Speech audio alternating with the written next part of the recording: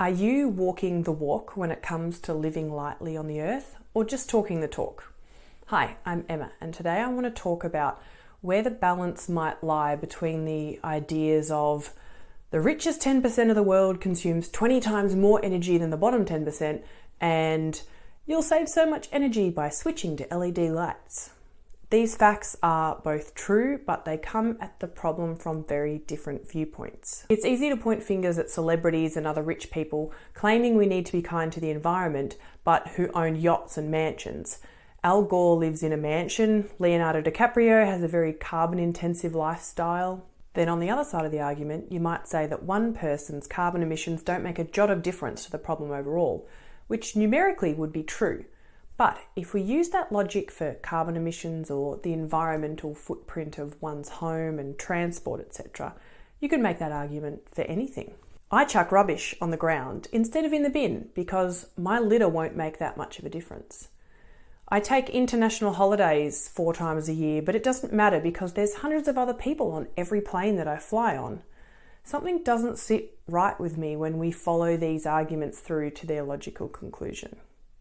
John Michael Greer, who, if you haven't heard of him, go and read everything he's written, has this great analogy in one of his articles. People who are fighting to end rape should also not rape. You can't use the logic that it's okay to be a rapist because you're fighting to end rape everywhere. No one would say that's okay. But I do see that kind of logic happening in some environmentalists who live in a way that either if everyone lived that way, the world would go to shit way, way faster, or they live in a way where it's simply not physically possible for anywhere near a majority of people to live that way, like Al Gore in a mansion. Everyone wants equality until they have to give something up. I know I've thought along these lines before. I have some guilt sometimes about being born in a country in a situation where I get to have this lifestyle that's absolutely luxurious compared to most of the world and all of history.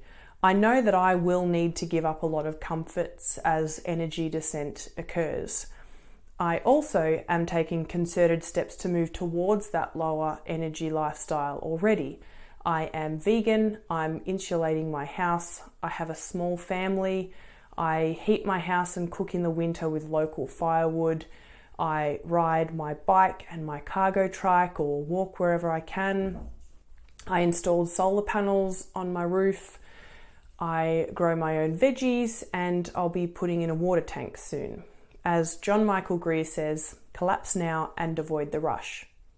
There's also the inspiration side of this issue, setting an example. If people see others proclaiming that we need to reduce our environmental footprint, some people will look at those individuals and think, their lifestyle must be sustainable because otherwise why would they be shouting from the rooftops that we need to be so sustainable?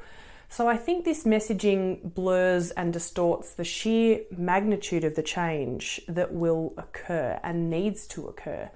Driving cars, cooking with gas, buying whatever we want online, all of that is going to mostly go away within the next few decades. And again, I'm not saying that I'm perfect and that I have a lifestyle, if copied across all humans, would be within all planetary boundaries. Absolutely not. And I am a bit hypocritical in that regard. I think we all are to some extent. But this is one of the issues that I contemplate and struggle with in my mind. So much of the messaging out there is coming from people who are not taking even the most basic steps to reduce their own impact.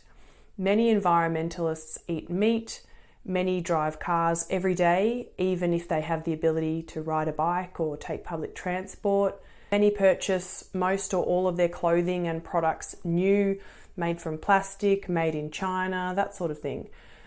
I like to use a particular thought when I'm working out if I should do something, if I should engage in a particular behaviour.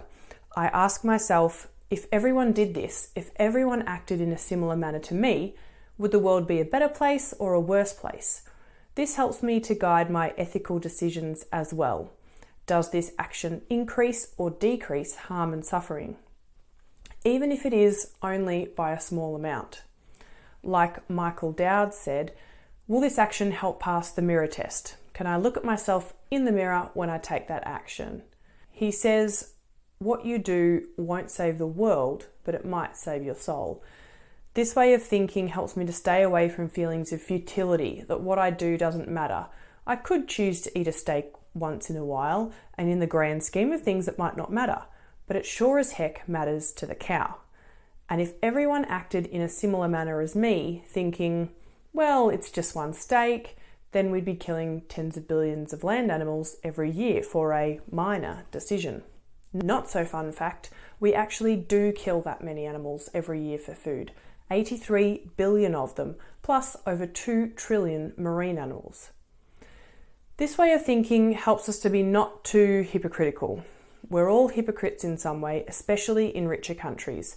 I'm sitting here using electricity in a safe, warm house, looking at you down the camera right now, and that is something that most humans won't be able to experience. But the more we can engage the idea of walking the walk, leading by example, and using our ethical compass to lead our behaviour in small increments in the right direction, the more we can make a difference.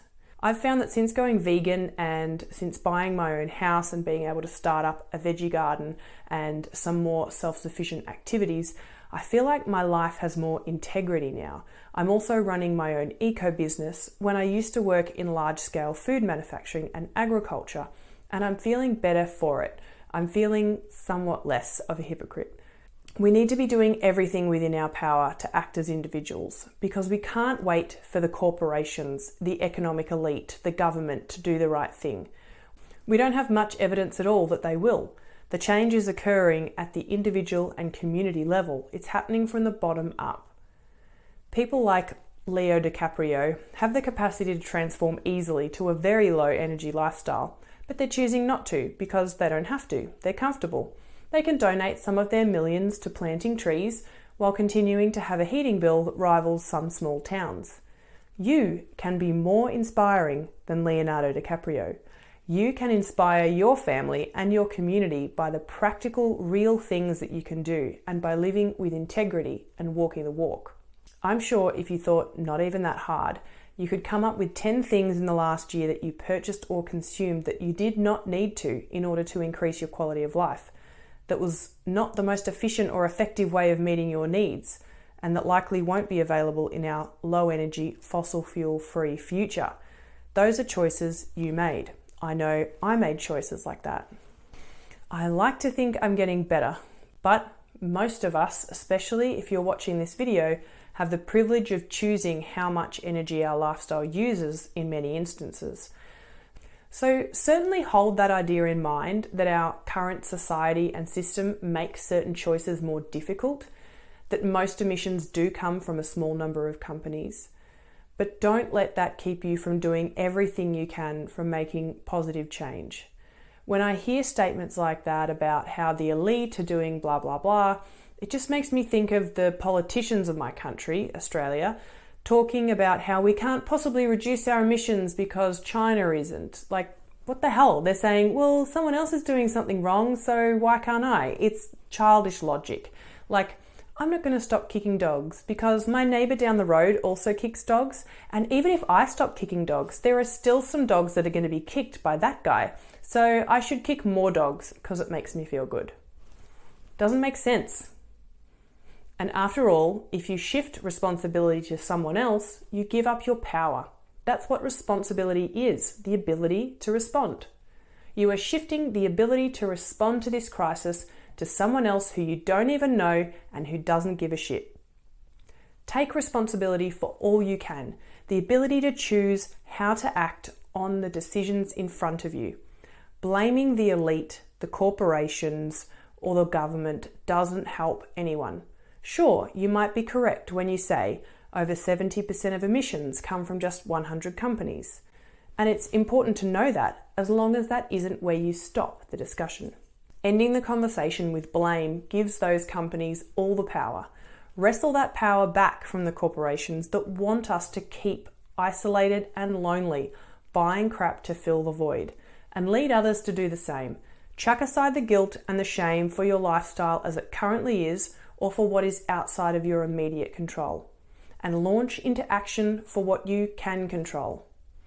Ralph Waldo Emerson said, Do the thing and you shall have the power. That's what I'm trying to do here. I appreciate you for watching. If you liked this video, you might like to watch this one next. Be safe and well, and I'll see you next time.